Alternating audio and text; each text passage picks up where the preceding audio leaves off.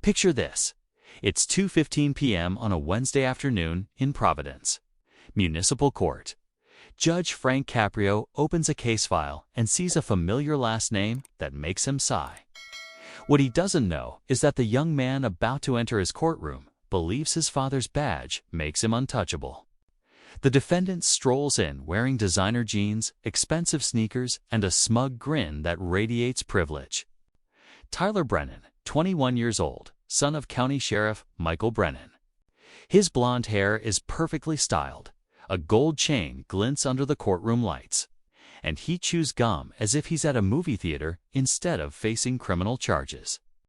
Following closely behind is his father's personal attorney, Robert Mitchell, nervously clutching a thick briefcase filled with character references and legal precedents. Tyler acknowledges no one as he enters. He scrolls through his phone, laughing now and then at whatever he's watching, completely oblivious to the gravity of the room. The bailiff calls the case. Case number 2025-CR4756, State of Rhode Island versus Tyler Brennan. Charges include aggravated assault, possession with intent to distribute, and resisting arrest. Judge Caprio looks up from the file. Mr. Brennan, please step forward and put your phone away. Tyler looks up, irritated, like someone just paused his favorite show. Seriously? Can't this wait 5 minutes? He walks slowly to the defense table, still holding his phone. Judge Caprio's tone hardens. Mr. Brennan, put the phone away now and show respect for this court. Tyler rolls his eyes and shoves the phone into his pocket. Fine, but this better not take long. I've got plans tonight. Judge Caprio studies him. Mr. Brennan, do you understand the charges against you? Tyler shrugs as if asked about unfinished homework. Look, Judge, I think there's been some big misunderstanding. My dad's Sheriff Brennan. You know, the guy who basically runs law enforcement in this county. So whatever happened, I'm sure we can work something out. The courtroom falls silent. People in the gallery exchange uneasy looks. Judge Caprio opens the police report. Mr. Brennan, these charges stem from an incident at Riverside Park on November 3rd. What were you doing there that night? Tyler leans back casually. Just hanging out with friends. Having a good time. Nothing illegal about that. Nothing illegal, Judge Caprio repeats. Mr. Brennan, were you aware that Riverside Park closes at sunset? Tyler waves dismissively. Dude, parks are for everyone. Just because a sign says it's closed doesn't mean anything. My dad's department patrols that area anyway. Judge Caprio continues reading. According to Officer Diana Martinez, she responded to reports of loud music and possible drug activity around 11:30 p.m. What happened when she approached your group? Tyler's cocky grin remains. Some rookie cop got worked up over nothing. We were just playing music and chilling. She overreacted. Officer Martinez reports that she observed you and 3 friends with what appeared to be marijuana and cocaine. Is that accurate? Tyler laughs. Come on, Judge. Half the city smokes weed. It's basically legal now. Judge Caprio leans forward. Mr. Brennan, marijuana may be decriminalized in small amounts, but you were found with 4 ounces of marijuana and 2 grams of cocaine. That's not personal use. Tyler hesitates briefly. Maybe my friends left stuff in my backpack. I can't control what other people do. Your backpack, Judge Caprio says. What happened when Officer Martinez asked to search it? Tyler's arrogance returns. I told her straight up, you're making a huge mistake. My dad's your boss's boss. You really want to mess with me over some plant matter? Shocked murmurs ripple through the gallery. Judge Caprio raises his hand for silence. You told Officer Martinez that your father was her boss? Tyler grins. I was explaining the chain of command. She needed to know who she was dealing with. Judge Caprio picks up another report. What happened when Officer Martinez continued the search despite your warnings? Tyler's face reddens. She kept pushing it. I told her this would cause problems for her career, but she wouldn't listen. According to the report, when she found the drugs in your backpack, you became physically aggressive. Can you explain that? Tyler snaps. Aggressive. I barely touched her. She was violating my rights and disrespecting my family. Someone needed to teach her about consequences. Judge Caprio's voice turns cold. You barely touched Officer Martinez. The report states you grabbed her wrist and twisted it when she reached for the evidence. Tyler doubles down. She was stealing my property. I was defending myself. Defending yourself from a police officer conducting a lawful search. Tyler jumps to his feet. Lawful? She had no right. I told her who my father was. That should have ended it. Judge Caprio stares at him. Mr. Brennan, sit down. Tyler sits reluctantly but keeps talking. This is what's wrong with policing today. No respect for hierarchy. No understanding of how things really work. Judge Caprio continues. Officer Martinez also reports that when backup arrived, you resisted arrest. What happened then? Tyler raises his voice. 3 more cops showed up like I was a terrorist. All over a little weed. It was ridiculous. Did you resist when they attempted to handcuff you? Tyler scoffs. I tried to explain they were making a career-ending mistake. No one wanted to listen. Judge Caprio lifts a medical report. Officer Martinez was treated for a sprained wrist. Officer Johnson required stitches for facial scratches. How did that occur? Tyler's composure cracks. Things got chaotic. I was protecting myself from police brutality. Police brutality, Judge Caprio repeats. For officers state that you threw punches, kicked Officer Johnson in the shin, and attempted to bite Officer Thompson's hand. They attacked me, Tyler insists. I was defending myself against excessive force. Judge Caprio sets the reports down. What did you say to the officers as they arrested you?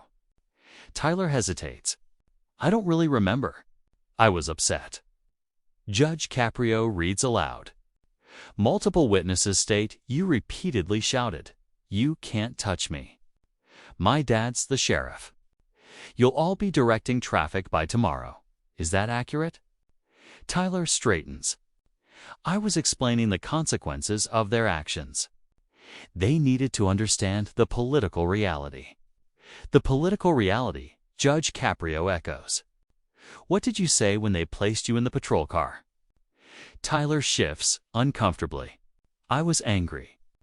People say things when they're angry. Judge Caprio continues reading. Officer Martinez states that you said, and I quote, "This badge means nothing to me. My dad owns this whole county. You're all dead cops walking. Did you threaten police officers?" Tyler completely explodes. I wasn't threatening anyone. I was stating facts. My dad has been sheriff for 12 years. He could fire any of these cops with one phone call. The courtroom erupts with angry voices. Judge Caprio slams his gavel. Mr. Brennan, did you just admit to threatening officers with termination?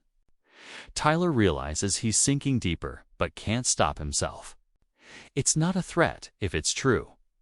These cops work for my dad. They should show some respect. Judge Caprio's voice turns ice cold. Mr. Brennan, your father was not there that night. You were. Tyler jumps to his feet in rage. My father doesn't need to be there. His authority extends to me. These cops should have known that. Should they have understood that you believe you're above the law? Tyler loses control entirely. Above the law. I am the law. My family is the law in this county. We've protected this community for over a decade while people like you sit in comfortable offices making decisions about things you don't understand. Judge Caprio rises slowly. Mr. Brennan, sit down immediately. But Tyler no longer listens. No, I'm done being lectured by someone who's never worn a badge. You don't understand how law enforcement really works." His voice becomes a scream, echoing through the courtroom. "You can't touch me. My dad runs this county. One phone call from him and your judgeship disappears. You work for us, not the other way around." The courtroom descends into chaos.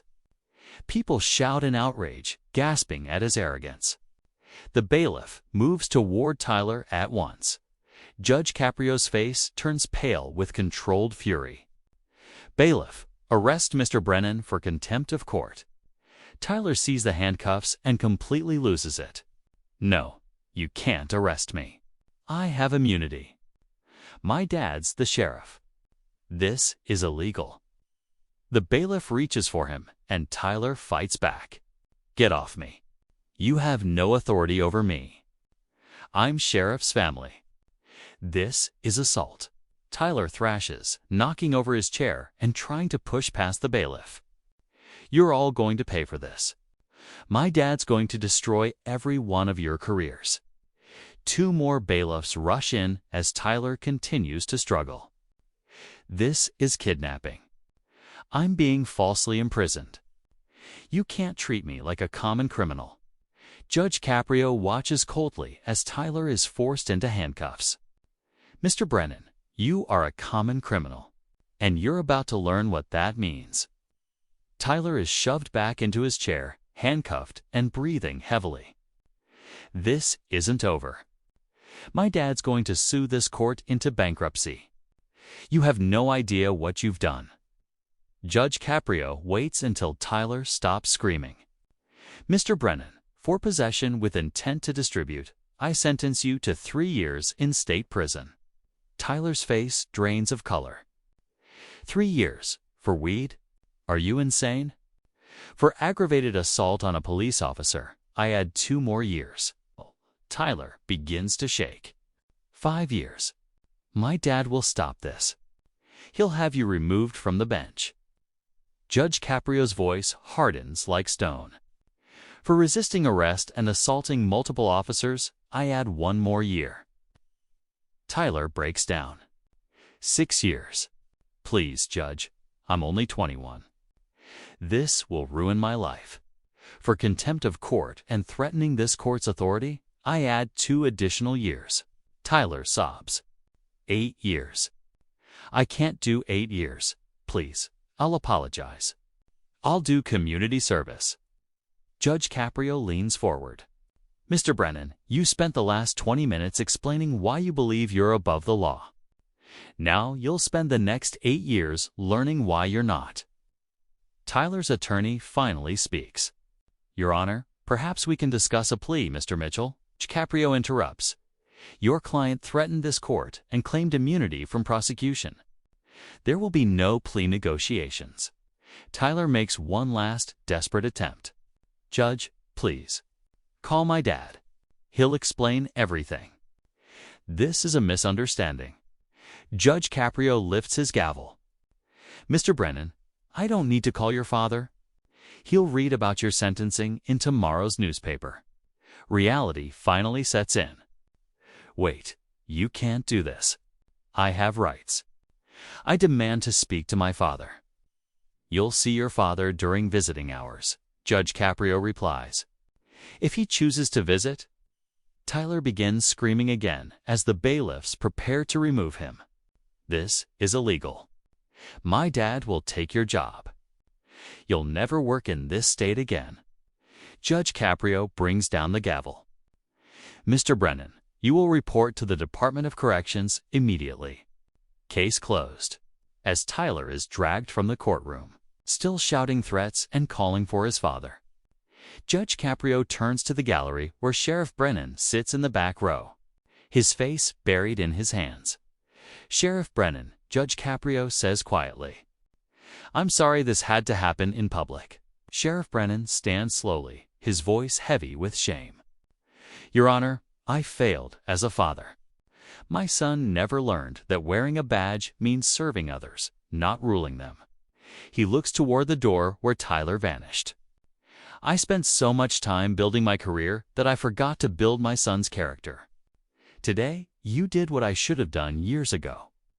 Judge Caprio nods respectfully. "Sheriff, good parents sometimes raise difficult children. That does not diminish your service to this community." Sheriff Brennan shakes his head.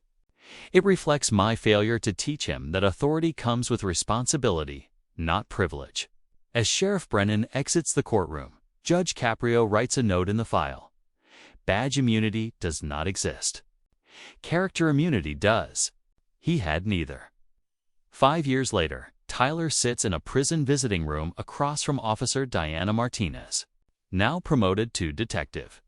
"Detective Martinez," Tyler says quietly. "I didn't expect you to visit. I wanted to see how you were doing," she replies.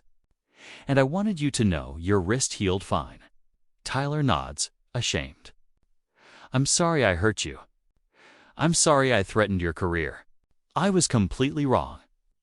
Detective Martinez studies him. "What have you learned in here?" Tyler takes a deep breath. "I learned my dad's badge never belonged to me. I learned respect isn't inherited, it's earned. I learned that hurting an officer isn't self-defense, it's attacking someone doing their job. What will you do when you're released?" Tyler's voice is quiet and sincere. "I want to apologize to every officer I threatened. I want to work with at-risk kids who think their parents' status makes them untouchable. I don't want anyone else to make my mistakes." Detective Martinez considers this. "Does your father visit?" Tyler's eyes fill with tears. "Every month? He tells me about the officers I hurt, the community I embarrassed, the family name I damaged. But he also tells me redemption is possible if I'm willing to earn it." Detective Martinez stands. "You were right about one thing that night. Your father does have authority in this county, real authority. The kind that comes from serving others, not using them." Tyler nods. "I understand that now. I just hope one day I can earn that kind of respect." As she leaves, Tyler remains alone in the visiting room, thinking about young people who might learn from how a sheriff's son threw away every advantage by believing a badge made him immune from consequences. For the first time since his arrest, he feels he might one day be able to serve and protect someone, just not in the way he once believed. Dramatization for storytelling and education purposes only, not legal advice or reporting.